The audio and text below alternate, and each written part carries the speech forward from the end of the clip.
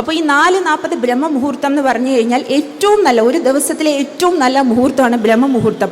അതായത് സൂര്യൻ്റെ രശ്മികൾ ആദ്യമായി ഭൂമിയിലേക്ക് വരുന്ന, ആദ്യ രശ്മികൾ ഭൂമിയിലേക്ക് വരുന്ന സമയമാണ് ബ്രഹ്മമുഹൂർത്തം.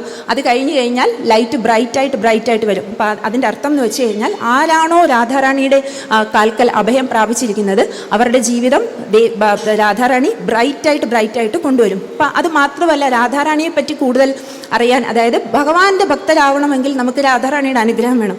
അതുപോലെ വൃന്ദാവനത്തിൽ പോകണമെന്നുണ്ടെങ്കിലും രാധാറാണിയുടെ അനുഗ്രഹമില്ലാതെ നമുക്ക് വൃന്ദാവനത്തിൽ, അതായത് കണ്ണൻ്റെ അനുഗ്രഹം കിട്ടിക്കഴിഞ്ഞാൽ മാത്രം ഒരു ഭക്തന് വൃന്ദാവനത്തിൽ പോകാൻ പറ്റില്ല. അതുപോലെ രാധാറാണിയുടെ അനുഗ്രഹം ഉള്ളതുകൊണ്ടാണ് നമ്മൾ കൃഷ്ണഭക്തരാവുന്നത്. അപ്പോൾ ഈ കൃഷ്ണഭക്തരാവുന്നത്. അപ്പോൾ രാധാറാണിയുടെ കഥകൾ അല്ലെങ്കിൽ രാധാറാണിയെക്കുറിച്ച് കേൾക്കാൻ തന്നെ രാധാറാണി സെലക്ട് ചെയ്തിട്ടുള്ള ഭക്തർക്ക് മാത്രമേ എപ്പോഴും രാധാറാണിയെ പറ്റി കേൾക്കാൻ, അതായത് രാധാറാണിയുടെ ഭാവം എന്താണെന്ന് അറിയാനുള്ള ഒരു ഭാഗ്യം ലഭിക്കുകയുള്ളൂ. കാരണം അല്ലാതെ നോക്കി